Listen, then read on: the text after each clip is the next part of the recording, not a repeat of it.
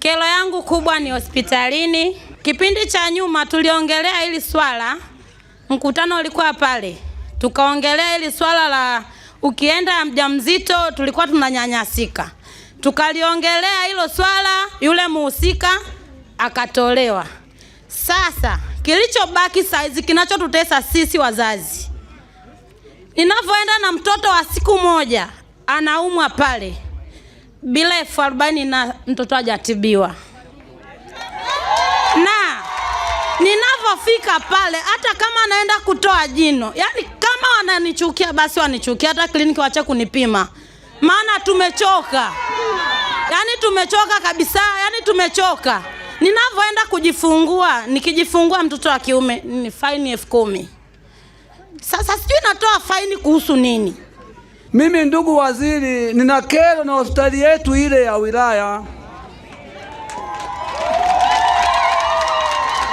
Mtu akijifungua pale, mwanamke akijifungua pale mjamzito, akilala pale, akijifungua mtoto wa kiume, analipishwa hela mtoto wa kiume aliolala kwenye kitanda, bei tofauti.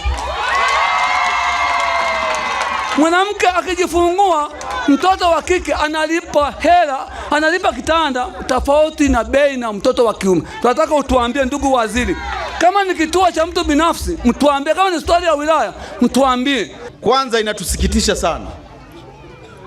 Huwezi kuwa unatoza fedha kwa mama wajawazito. Akijifungua mtoto wa kiume unamtoza pesa, akijifungua mtoto wa kike unamtoza pesa. Jambo hili taasisi ya kuzuia na kupambana na rushwa waanze kufanyia kazi haraka, ikiwemo na kufanya uchunguzi wa kina kwenye kituo kile cha afya cha pale mjini, na kuanza kuwabaini watumishi ambao sio wema kwa Watanzania. Tukiyafumbia macho haya, kesho na kesho kutwa, mwisho wa siku wataiba hadi watoto kwenda kuwapa watu wengine. Ubaya unaanza taratibu. Sasa lazima tuhakikishe kwamba wananchi ambao wanakwenda pale hospitali ya wilaya, kama mtu atatoza shilingi 10,000, 20,000, hayo ni makosa kama makosa mengine. Taasisi ya kuzuia na kupambana na rushwa, bahati nzuri na ofisi ya mkuu wa wilaya ipo, yeye ana vyombo vya kutosha, na tarehe ya kufanya majumuisho tupate majawabu ya awali. Kama kuna katazo mmelitoa tujue, lakini mimi nasema ni marufuku kuwatoza wananchi shilingi 10,000 wala shilingi 20,000. Na watoto chini ya miaka 5 wanatibiwa bure.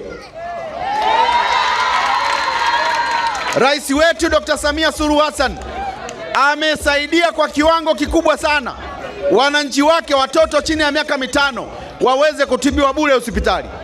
Wewe unakwenda unawatoza shilingi 40,000, ni marufuku. Na ole wenu wananchi hawa, wakienda pale unaenda unamtoza shilingi 40,000, hajatoza shilingi 40,000, unaanza kumzungusha, mara unaingia kushoto unaingia kulia, hutaki kumpa huduma, utafukuzwa kazi kwa mujibu wa sheria.